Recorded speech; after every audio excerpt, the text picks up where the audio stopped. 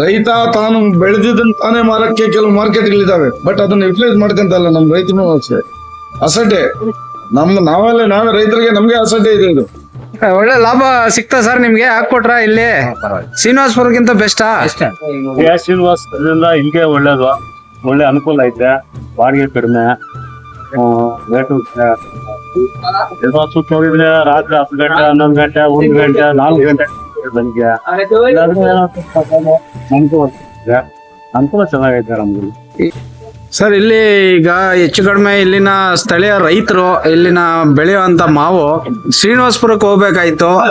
ಈ ಒಂದು ಥಾಟ್ ಯಾಕೆ ಬಂತು ಸರ್ ನಿಮ್ಗೆ ಇಲ್ಲಿ ಮಾಡ್ಬೇಕು ಶಿಡ್ಲಘಟ್ಟ ಭಾಗದಲ್ಲಿ? ಸುಮಾರು ನಮ್ಮದೇ ಒಂದು 1000ರಿಂದ 1500 ಟನ್ ನಾವೇ ಬೆಳಿತೀವಿ ನಮ್ಮ ಸ್ವಂತದ ಇರೋದ್ರಿಂದ.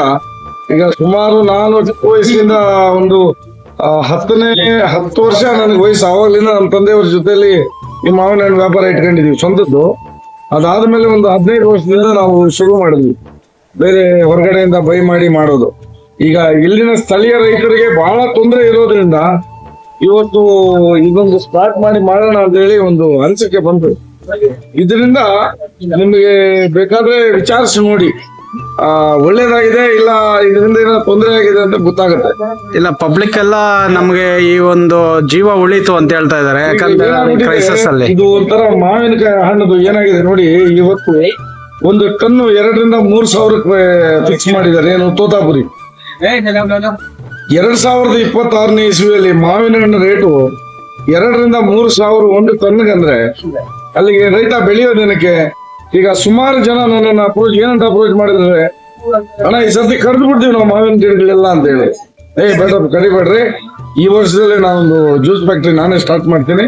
ಇವತ್ತೊಂದು 40 ಕೋಟಿಯಲ್ಲಿ ನಾವು ಒಂದು ಜ್ಯೂಸ್ ಫ್ಯಾಕ್ಟ್ರಿ ತರ್ತಾ ಇದ್ದೀವಿ ಸ್ವಂತ. ಸೊ ಏನಿದ್ರು ಬೆಲೆ ಏನು ಶ್ರೀನಿವಾಸಪುರ ಮತ್ತೊಂದು ಕಡೆ ಫಿಕ್ಸ್ ಮಾಡ್ತಾರೆ, ಆದ್ರೆ 2ರಿಂದ 2.5 ಪಟ್ಟು ನಾನು ಫಿಕ್ಸ್ ಮಾಡಿ ನಾನೇ ತಗೊಂತೀನಿ ನೆಕ್ಸ್ಟ್ ಇಯರ್ ಇಂದ. ಯಾರು ಮರ ಕಡಿಯಕ್ಕೆ ಹೋಗ್ಬೇಡ್ರಿ. ಒಂದ್ ಮರ ಬೆಳೆಸ್ಬೇಕಂದ್ರೆ ಒಬ್ಬ ಮನುಷ್ಯನ ಜೀವನ ಎಲ್ಲ ಸಾಕಾಗಲ್ಲ, ಅದನ್ನ ಕಡಿಬೇಡ್ರಿ ಅಂತ ಹೇಳಿದ್ರು. ಆ ಒಂದು ಇದ್ರ ಮೇಲೆ ಇವತ್ತು ಸುಮಾರು ನಮ್ಮ ಕಡೆ ಒಂದು 106 ಎಕರೆ ಏನು ತೋತಾಪುರಿ ಮಾವಿನ ಗಿಡ ಇದೆ ಅದನ್ನ ಕಡಿಯೋದು ನಿಲ್ಸಿದ್ದಾರೆ. ಈಗ ನಾವೇನಾದ್ರು ಮಾಡಿದ್ರೆ ಒಂದ್ 4 ಜನಕ್ಕೆ ಒಳ್ಳೇದಾಗುತ್ತೆ. ಅದೇನಾದ್ರು ಒಂದು ಸಾರ್ಥಕತೆ ಇರ್ಬೇಕು.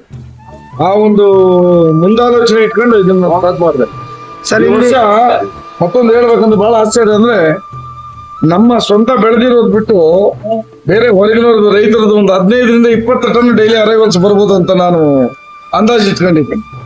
ಆದ್ರೆ ರೈತರಿಗಿರೋ ನನ್ನ ಮೇಲೆ ಒಂದು ನಂಬಿಕೆ, ನನ್ನ ಮೇಲೆ ಒಂದು ಇರೋ ಪ್ರೀತಿ ವಿಶ್ವಾಸ, ಡೈಲಿ ಪ್ರತಿದಿನ 300 ಟನ್ ಕಾಯಿ ಬಂದಿದೆ ನಾನು ಕಂಟಿನ್ಯೂಸ್ ಆಗಿ. ಇವತ್ತು 2.5 ತಿಂಗಳಾಯ್ತು ಇದು ಸ್ಟಾರ್ಟ್ ಮಾಡಿ. ಕಂಟಿನ್ಯೂಸ್ ಆಗಿ we have got 300 tons approximately 300 ton. ಈಗ ರಕಗಳಂತಾರೆ ಸಿಂಧೂರ, ರಾಜಗಿರ, ಬಾದಾಮಿ, ರಸಗುರಿ, ಬೇನಿಷ, ಮಲಗೋಬ, ಈ ಕೇಸರು, ದಶೇರಿ, ಆಮೇಲೆ ಲಂಗಡ, ಕಂಪ್ಲೀಟ್ ನಮ್ ಕಡೆ. ಈಗ ಬೇರೆ ಕಡೆ ಏನೇನು ಬೆಳೀತಾವೆ ಎಲ್ಲ ವೆರೈಟೀಸ್ ಬಂದ್ಬಿಟ್ಟಿದಾವೆ. ಹಿಮ ಪಸಂದು ಕಂಪ್ಲೀಟ್ ಎಲ್ಲ ಏನೇನು ವೆರೈಟಿ ಇದೆ ಎಲ್ಲ ವೆರೈಟಿನೂ ಇಲ್ಲಿ ಕಳಿಸಿರೋ. ಸೊ ಎಲ್ಲ ವೆರೈಟೀಸ್ಗೂ ಅದಕ್ಕೆ ತಕ್ಕಂತ ರೇಟ್. ಇವತ್ತು ಜ್ಯೂಸು ಶ್ರೀನಿವಾಸಪುರದಲ್ಲಿ 3 ರೂಪಾಯಿ ಫಿಕ್ಸ್ ಮಾಡಿದ್ರೆ ನಾನು ಸ್ವಲ್ಪ ತಟ ಕಟ್ ಮಾಡಿಸಿ ಆಚೆಗೆ ಆರ್ಡರ್ಗೆ 7 ರೂಪಾಯಿಂದ 8 ರೂಪಾಯಿ ಕೊಟ್ಟಿದ್ದೀನಿ ರೈತ. ಬರೀ ಹಸರುಕಾಯಿ ನಾನು ಮಾಡ್ಬೋದು. ಬಹಳ ಅನುಭವಸ್ಥರು ಒಂದು 50-100 ವರ್ಷದಿಂದ ಶ್ರೀನಿವಾಸಪುರದವ್ರು ನಡೆಸ್ತಾ ಇರೋದು ಕೊಡ್ಬಾರ್ದಾ?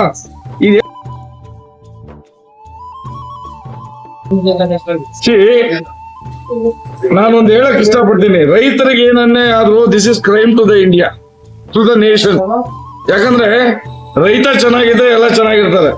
ಆಯ್ತಾ? ರೈತ ಅನ್ನದಾತಾನೆ ನೋವಲ್ಲಿದ್ರೆ ಏನಾಗುತ್ತೆ? ಒಬ್ಬ ರೈತ ಬಂದು ಅವ್ನು ಬೆಳೆಸಿರೋ ಮರನ ನಾನು ಕಡ್ದಾಕ್ತೀನಿ ಅಂದ್ರೆ ಅಲ್ಲಿ ಅವನ ಪರಿಸ್ಥಿತಿ ಏನಾಗಿರುತ್ತೆ ಹೇಳಿ. ಸಪೋಸ್ ನಾನೇ ತಗೊಳ್ರಿ, ಬೇರೆಯವ್ರು ಬೇಡ, ನನ್ನ ಅನುಭವ. ಆಯ್ತಾ? ಆಮೇಲೆ ಇಲ್ಲಿ ಬಂದ್ರೆ 10 ನಿಮಿಷದಲ್ಲಿ ತೂಕಕ್ಕೆ ಮಾಡಿಸ್ಬಿಡ್ತೀವಿ. ಏನಾದ್ರೂ ಬಹಳ ಕಳಪು ಅಂತದಿದ್ರೆ ನಾವೇ ಸಪರೇಟ್ ಮಾಡಿ ಲೆಸ್ ಅದರಲ್ಲಿ ಕಡಿಮೆನೋ ಬರ್ದ್ಬಿಡ್ತೀವಿ. ರೈತರು ಅದಕ್ಕೇನು ಅಪೋಸ್ ಮಾಡ್ತಾ ಇಲ್ಲ. ಅಲ್ಲ, ನಮ್ಗೆ ಬಹಳ ಒಳ್ಳೇದಾಗೈತೆ, ಬಹಳ ತೊಂದ್ರೆ. ಈಗ ಅಲ್ಲೋ ಶ್ರೀನಿವಾಸಪುರದಲ್ಲಿ ಅಲ್ಲಿ ಆಚೆ ಎಲ್ಲಾದ್ರೂ ಹೋದ್ರೆ ರಾತ್ರಿ 2 ಗಂಟೆ ಆದ್ರೂ 3 ಗಂಟೆ ಆದ್ರೂ ಇಟ್ಟು ನೀರಿಲ್ದಿರ ಕಾತ್ಕೊಂಡು ತೂಕಗಳಾಗಲ್ಲ, ತೂಕಗಳಾಗೋರು. ಆಮೇಲೆ ಇನ್ನೊಂದು ಹೇಳ್ತಾರೆ, ಅದು ಎಷ್ಟು ನಿಜ ಸುಳ್ಳು ನಮ್ಗೆ ಗೊತ್ತಿಲ್ಲ. ನಮಗೂ ಸ್ವಂತ ಅನುಭವ ಇದೆ, ಆದ್ರೆ ನಾವು ಮಾತಾಡೋದು ತಪ್ಪು. ಅಣ್ಣ ತೂಕಗಳು ಹಾಕಿದ್ದೆ ರೇಟ್ಗಳು ಅಂತ. ಇಲ್ಲಿ ಏನಿಲ್ಲ, ಕಣ್ಮುಂಚೆ ಸಂಜೆ ರೇಟ್ಗೆ ಬಂದ್ಬಿಡುತ್ತೆ. ಈಗ ನಾನು ಕಮಿಷನ್ ತಗೊಂತ ಇದ್ದೀನಿ, ಆದ್ರೆ ಆ ಕಮಿಷನ್ಗೆ ಅವ್ರಿಗೆ ಸರಿ ಹೋಗಂಗ್ ಮಾಡ್ತಾ ಇದ್ದೀನಿ. ಒಂದು ನಾನು ಆಚೆ ಏನ್ ಮಾಡ್ತೀನೋ ಅದ್ರಲ್ಲಿ 2 ರೂಪಾಯಿ ಸಂಪಾದನೆ ಮಾಡ್ತಾ ಇದ್ದೀನಿ. ಮಾವಿನಕಾಯಿಗೆ ನಾವು ಗೌರ್ಮೆಂಟ್ ಇಂಥದ್ದು ಮುಂದಕ್ಕೆ ಬರ್ಬೇಕು, ಆದ್ರೆ ಗೌರ್ಮೆಂಟ್ ಇಟ್ ಕಾಂಟ್ ಫುಲ್ಫಿಲ್ ಅನ್. ಈಗ ನಾನು ಇನ್ನೊಂದು ಹೇಳ್ತೀನಿ, ಇವತ್ತು ಗೌರ್ಮೆಂಟ್ ಏನು ಫ್ರೀ ಬೀಸ್ ಕೊಡ್ತಾ ಇದೆ, ಇಂಥವೆಲ್ಲ ಬಿಟ್ಬಿಟ್ಟು ರೈತರಿಗೆ ಫ್ರೀ ಟ್ರೀಟ್ಮೆಂಟು, ಇನ್ನ ಮತ್ತೊಂದು ಫ್ರೀ ಎಜುಕೇಶನ್ ಇಂಥವು ಕೊಟ್ರೆ ಬಹಳ ಒಳ್ಳೇದು. ಈಗ ಎಲೆಕ್ಟ್ರಿಕ್ ಫ್ರೀ ಮಾಡಿದ್ದಾರೆ, ನಾನಂತೂ ಫ್ರೀನೇ ಎಲ್ಲ ಕಟ್ತಾನೆ ಇದ್ದೀನಿ. ಯಾರಿಗೂ ಉಪಯೋಗ ಆಗುತ್ತೆ? ಇದೆಲ್ಲ ನಾನು ನೆಗ್ಲಿಜಿಬಲ್ ಥಿಂಗ್ಸ್. ಇದು ಗೌರ್ಮೆಂಟ್ ಮಾಡಿರೋದು ವ್ಯರ್ಥನೆ, ವೇಸ್ಟ್ ಅಂತ ಹೇಳ್ತೀನಿ ನಾನು. ಈ ಫ್ರೀ ಬೀಸ್ ಮಾಡಿರೋದು ಏನೋ ಕೆಲವರಿಗೆ, ಈಗ ಹೆಣ್ಮಕ್ಳಿಗೆ ಮಾಡಿದಾರೆ, ಅದು ಒಳ್ಳೇದೇ. ಈ ಎಲೆಕ್ಟ್ರಿಕ್ ನ ಇದು ಮಾಡೋದು ಯಾಕೆ? ಈಗ ಎಲೆಕ್ಟ್ರಿಕ್ ಮಾಡಿರೋದು ಸ್ವಚ್ಛವಾದ ಒಂದು ವಿದ್ಯುತ್ ಇದು ಕೊಟ್ರೆ ಯಾರು ಕಟ್ಟಲ್ಲ ಅನ್ನಂಗಿಲ್ಲ. ಈಗ ನೋಡಿ, 10 ಸರ್ತಿ ಹೋಗುತ್ತೆ ಕರೆಂಟು, ಇವೆಲ್ಲ ಆಗ್ತಾ ಇದಾವೆ. ಇದನ್ನೆಲ್ಲ ಬಿಟ್ಬಿಟ್ಟು ರೈತರಿಗೆ ಒಳ್ಳೇದಾಗೋದು, ರೈತರಿಗೆ ತೊಂದರೆ ಆಗದೆ ಇರೋರಿಗೆ ಇಂಥ ಮಾವಿನಕಾಯಿ ಬೆಂಬಲ ಬೆಲೆ ಬೇಡ. ಇವ್ರನ್ನೆಲ್ಲ ಕರೆದು ಒಂದು ಸಿಂಡಿಕೇಟ್ ಏನಿದೆ, ಈ ತರ ವ್ಯಾಪಾರಸ್ಥರನ್ನೆಲ್ಲ ಕರೆದು ಕೂರಿಸಿ ಗೌರ್ಮೆಂಟ್ ಇದಕ್ಕೊಂದು ಚರ್ಯೆ ತಗೊಂಡು ಫಿಕ್ಸ್ಡ್ ರೇಟ್ ಮಾಡ್ಬೇಕು. ಈ ಬೆಂಬಲ ಬೆಲೆ ಎಲ್ಲ ಬೇಕಾಗಿಲ್ಲ, ಫಿಕ್ಸ್ಡ್ ರೇಟ್ ಮಾಡ್ಬೇಕು. ಯಾವತ್ತು ಫಿಕ್ಸ್ಡ್ ರೇಟ್ ಮಾಡುತ್ತೆ ಆವತ್ತೇ ಈ ಮಾವಿನಕಾಯಿಗೆ ಮನುಷ್ಯ ಉದ್ಧಾರ ಆಗೋದು. ಯಾಕಂದ್ರೆ ಇವತ್ತು ಕ್ವಾಲಿಟಿ ನಮ್ಮ ಶಿಡ್ಲಘಟ್ಟ ಸುತ್ತಮುತ್ತಲು ಏನ್ ಬರ್ತಾ ಇದೆ, ನಂಬರ್ 1 ಕ್ವಾಲಿಟಿ. ಶ್ರೀನಿವಾಸಪುರದ ಕಡೆ ಈ ತರ ಕ್ವಾಲಿಟಿ ಬರಲ್ಲ. ಆಯ್ತಾ? ಇಲ್ಲಿನ ರೈತರು ಬಹಳ ಶ್ರದ್ಧೆಯಿಂದ ಬಹಳ ಇದರಿಂದ ಬೆಳಿತಾರೆ, ಬಹಳ ಕಷ್ಟಪಟ್ಟು ಇದ್ ಮಾಡ್ತಾರೆ. ಇದೇ ಒಂದು ಉದ್ದಿಮೆ ತರ ಮಾಡ್ಕೊಂಡಿದ್ದಾರೆ. ಇವತ್ತು ಅವರು ಮರನ್ ಕಡಿಬೇಕಂತ ಹೊರಟಿದ್ದಾರೆ ಅಂದ್ರೆ ಎಲ್ಲೋ ಒಂದ್ ಕಡೆ ನಮ್ಮ ಸರ್ಕಾರಗಳದ್ದು ಒಂದು ಲೂಪಲ್ಸ್ ಇದೆ. ಆಮೇಲೆ ಈಗ ವ್ಯಾಪಾರಸ್ಥರಲ್ಲೂ ಒಂದು ಸಿಂಡಿಕೇಟ್ ಮಾಡ್ಕೊಂಡಿದ್ದಾರೆ. 3 ರೂಪಾಯಿ ಬೆಲೆ ಫಿಕ್ಸ್ ಮಾಡಿದ್ರೆ ಏನಿದೆ ಹೇಳಿ? ಬಹಳ ಅನ್ಯಾಯ ಅಂತೀನಿ ಇದನ್ನ. ನಾನು ಖಂಡಿಸ್ತೀನಿ, ನಾನೊಬ್ಬ ರೈತ ಆಗಿ ಇದನ್ನ ಖಂಡಿಸ್ತೀನಿ.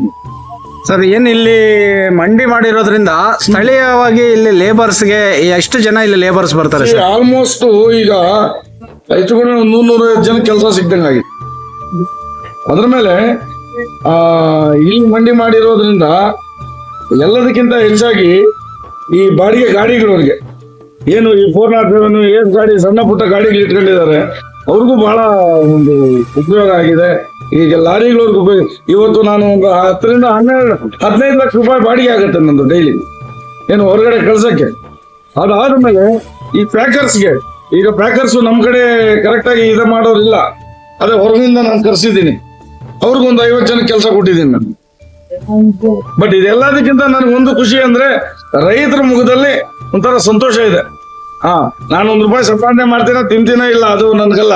ಬಟ್ ರೈತರಲ್ಲಿ ಖುಷಿ ಮೂಡಿದೆ. ಸರ್, ಅದೇ ಸಹಕಾರ ಕೊಡ್ತಾ ಇದ್ದಾರೆ. ಹೌದೌದು. ಈಗ ಮುಂದೆ ಯೋಜನೆಗಳು ಯಾವ ತರ ಇದೆ ಸರ್? ಇಷ್ಟೇ ಮಂಡಿ ಸ್ಟಾಪ್ ಮಾಡ್ತೀರಾ? ಮುಂದೆ ಮಾಡಿಸ್ತಾ ಇದೀವಲ್ವಾ? ಈಗ ಈ ಸರ್ತಿ 60 ನಾನು ಯಾರಿಗೂ ಹೇಳಿಲ್ಲ, ಒಬ್ಬರಿಗೆ ಒಂದೇ 1 ಟನ್ ಕಾಯಿ ತಂದಾಕೆ ಅಂತ ಹೇಳಿಲ್ಲ ನಾನು. ಅವರೇ ಇಂಡಿವಿಜುವಲ್ ಆಗಿ ಬಂದು ನನ್ನ ಪ್ರೀತಿಯಿಂದ ನನ್ಗೆ ಹಾಕಿ ಈ ಒಂದು ಮಂಡಿ ಸಕ್ಸಸ್ ಮಾಡಿದ್ದಾರೆ. ಆಯ್ತಾ? ಇವತ್ತು ಹಿಂದೆ ಒಂದು 100/250 ಮಾಡ್ತಾ ಇದೀವಿ ಶೆಡ್. ಮುಂದಿನ ವರ್ಷ 60 ವರ್ಷ ಜಾಸ್ತಿ ಇರುತ್ತೆ. ಈ ಸರ್ತಿ ಎಲ್ಲ ಹೇಳ್ತಾರೆ, ಸರ್ ನಾವು ಮಧ್ಯವರ್ತಿಗೆ ಕೊಡೋದೇ ಇಲ್ಲ, ಡೈರೆಕ್ಟ್ ನಿಮ್ ತಂದು ಹಾಕ್ತೀವಿ, ನಮಗೆ ಸಂತೃಪ್ತಿ ಆಗಿದೆ ನಿಮ್ಮ ವ್ಯವಹಾರ ಅಂತ ಹೇಳಿದ್ದಾರೆ. ಸರ್, ಶ್ರೀನಿವಾಸಪುರದ ಕಡೆ ಇರೋಂತ ರೈತರಿಗೆ ನೀವು ಮಾಡಿರೋ ಮಂಡಿ ಗೊತ್ತಾಗಿಲ್ಲ?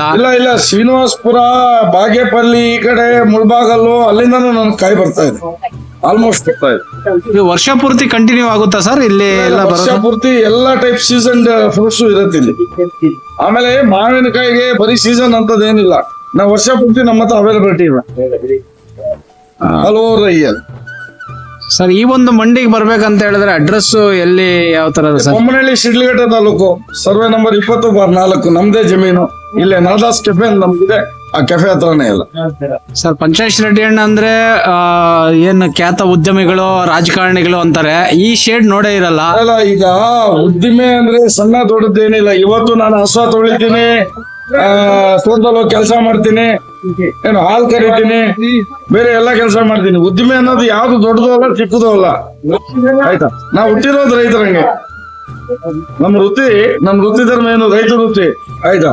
ಸೊ ರೈತನಿಗೆ ಮೇನ್ ರೋಡ್ ಅಲ್ಲಿ ಹೋಗ್ಬಿಟ್ಟು ಬೆಳೆ ಬೇಕಾದ್ರೆ ಮಣ್ಣು ತಂದಲ್ಲಿ ಹಾಕ್ಬಿಟ್ಟು ಬೇಕಾದ್ರೆ ಅದನ್ನ ಇದು ಮಾಡಿ ಸಮೃದ್ಧಿ ಮಾಡಿ ಬೆಳಿತಾನೆ. ಆಯ್ತಾ ಅಂತ ರೈತನ್ಗೆ ಏನ್ ಕಲ್ಸ್ಕೊಡ್ಬೇಕಾಗಿಲ್ಲಲ್ಲ. ಸರ್ ಈಗ ಪಂಚಾಯತ್ ರೆಡ್ಡಿ ಅವ್ರದ್ದು ಸ್ವಂತನೇ ಸುಮಾರು 1500 ಟನ್ ಬರುತ್ತೆ ಅಂತ. 1500 ಟನ್ ಆಗುತ್ತೆ. ಯಾವ್ಯಾವ ಬೆಳೆಗಳು ಅದರಲ್ಲಿ ಇದೆ ಸರ್ ಈಗ? ಆಲ್ ವೆರೈಟೀಸ್ ನನಗೆ ಈಗಾಗಲೇ ಹೇಳಿದೆ ನಿಮಗೆ. ಮ್ಯಾಕ್ಸಿಮಮ್ ನಮ್ದು ಬೇನಿಶಾ, ಬಾದಾಮಿ, ರಸ್ಪುರಿ, ರಾಜಗಿರ, ಮಲ್ಲಿಕ, ಕೇಸರು, ಆಮೇಲೆ ದಶೇರಿ, ಲಂಗಡ, ಆಲ್ ವೆರೈಟೀಸ್ ಇದೆ. ಈಗ ಸ್ವಲ್ಪ ಅದು ಮಿಯಾಜಾಕಿನೂ ಸ್ವಲ್ಪ ಮಾಡಿದೀವಿ.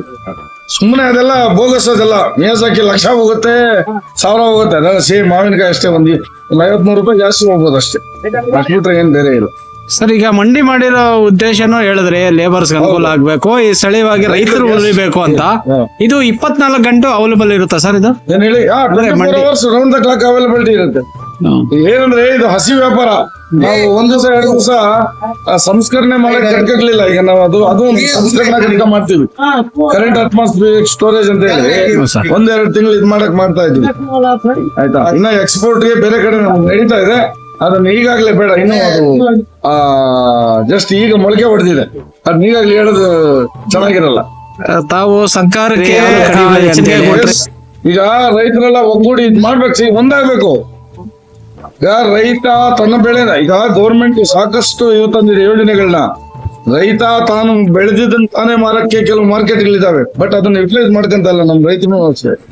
ಅಸಡ್ಡೆ ನಾವೇ ರೈತರಿಗೆ ನಮ್ಗೆ ಅಸಡ್ಡೆ ಇದೆ. ಇದು ಅಸಡ್ಡೆ ಹೋಗ್ಬೇಕು ಮೇನ್.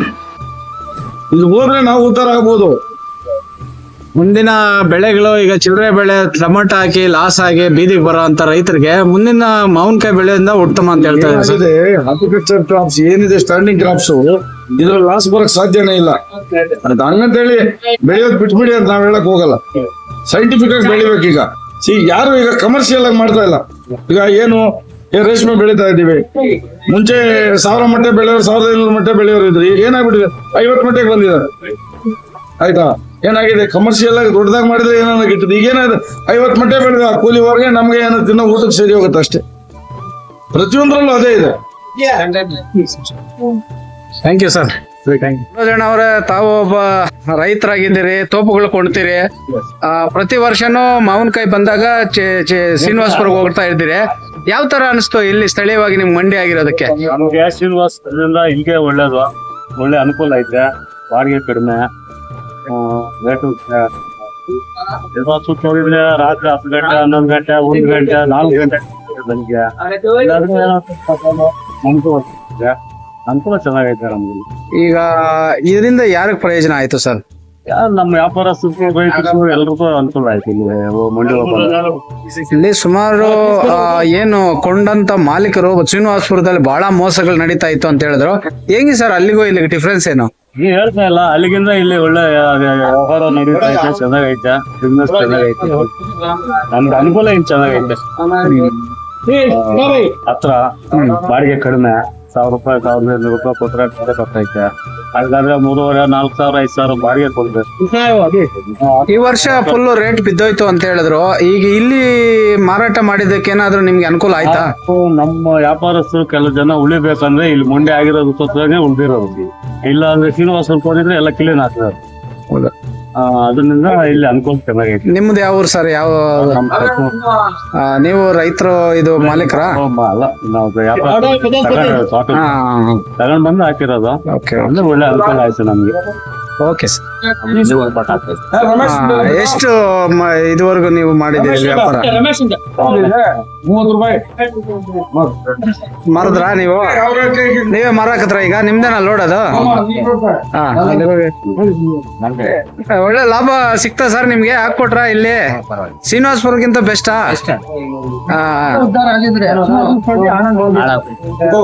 ಇದೇ ಫಸ್ಟ್ ವರ್ಷ ಇಲ್ಲಿ ಸ್ಟಾರ್ಟ್ ಮಾಡಿರೋದು. ಇನ್ನ ನಿಮ್ಮ ಗೊತ್ತಿರೋರ್ಗೆಲ್ಲ ನೀವೇ ಪ್ರಚಾರ ಮಾಡ್ತೀರಿ. ಪರವಾಗಿಲ್ಲ, ಉತ್ತಮ ರೇಟ್ ಹಾಕಿದ್ದಾರೆ. ನಾವೇ ತಿಳ್ಕೊಂಡು ನಾವೇ ಬಂದಿದ್ರು, ಪರವಾಗಿಲ್ಲ. ರೇಟು ನಿಮ್ಗೆ ಕನ್ಸಿಡರ್ ಆಗಿದೆ. ಮೋಸ ಆಗಲ್ಲ, ಅದಕ್ಕೇನ್ ಮೋಸ ಇಲ್ಲ. Live updates. ನಿಮ್ಮ ಹೆಸರು? ಯಾವ ಹಳ್ಳಿ ಅವರು? ಯಾವ ರೈತ? ಇಲ್ಲೇ ಲೋಕಲ್ ಅವರು? ಲೋಕಲ್ ಅವರು.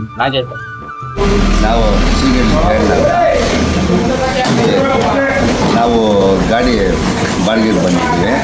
ಇಲ್ಲಿ ಮಂಡಿ ಮಾಡಿರೋ ಉದ್ದೇಶ ಏನಂದರೆ ರೈತರಿಗೂ ಅನುಕೂಲ ಆಗಬೇಕು, ವ್ಯಾಪಾರಸ್ಥರಿಗೂ ಅನುಕೂಲ ಆಗಬೇಕು, ಮತ್ತು ಇಲ್ಲಿ ಬರೋಂಥ ಕೂಲಿಯವ್ರಿಗೆ ಸುಮಾರು ಒಂದು 500 ಜನಕ್ಕೆ ಕೆಲಸ ಕೊಡ್ತಾರೆ, ಹೊರ ರಾಜ್ಯದವ್ರಿಗೂ ಇಲ್ಲಿನವ್ರಿಗೂ ಕೂಡ.